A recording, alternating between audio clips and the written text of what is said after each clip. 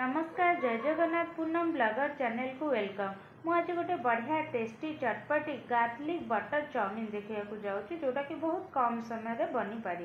गोटे कड़े ना कड़े किसी तेल ना लंबा लंबा होता पिज को पकेबा भल भाव टे भाजीदबा से टी भाजी गला लंबा लंबा कटा होता बंधा कोबी को पकेबा सी टी भाजी गला से कैप्सिकम किसी पकई भाजीदबा तापर से टमाटो सॉस दबा आउ टे लुण दे भल भाव भाजी साइड करके रखीदबा।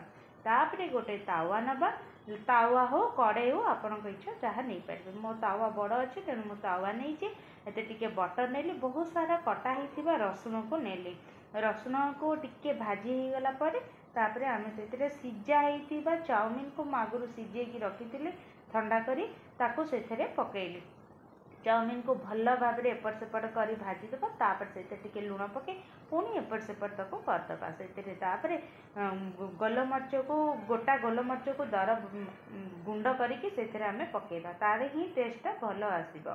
तापर सी टी एपट सेपट हो सारापर से आम भजा होता जो भाजी की जो मसला रखी पके भल भाव एपट सेपट करदबा बस। तापर जो लंका सॉस आमर पके भल भाव एपट सेपट करदबा बस रेडी आमर गार्लिक बटर चाउमिन। आपन को ये रेसिपीटा केमिति लागला मते निश्चय कमेंट बॉक्स में जनइबे। आम चैनल को लाइक और सब्सक्राइब करेंगे। थैंक यू जय जगन्नाथ नमस्कार।